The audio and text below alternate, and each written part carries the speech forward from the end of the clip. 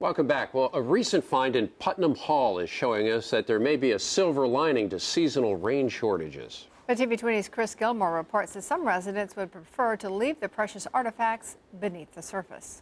It happened 12 years ago along the shores of Noonan's Lake in Alachua County, and it's happening again now in Putnam Hall. The uncovering of 2 Indian dugout canoes on a lake bed in Putnam Hall attracted the attention of a team of scientists from the University of Florida.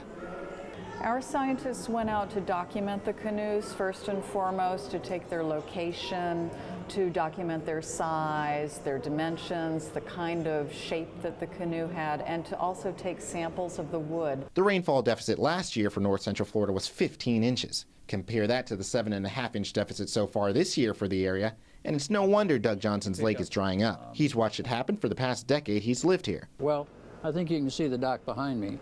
And at the time that dock was built, back in the mid-'80s, it was built so that the surface of the dock was about 1.5 feet below water level.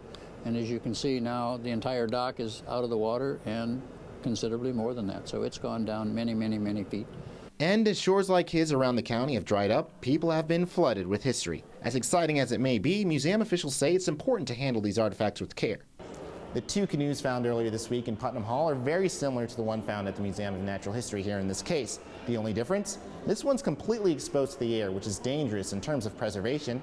After a couple hours of exposure, they crumble. Museum researchers encourage anyone who finds something that may be a canoe to contact them, or leave it alone to do its thing. Preserve.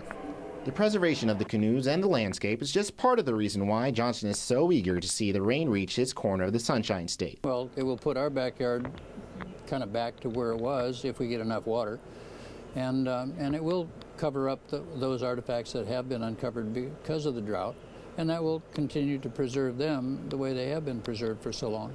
Rain, a win for Johnson and a win for history. Chris Gilmore, TV20 News.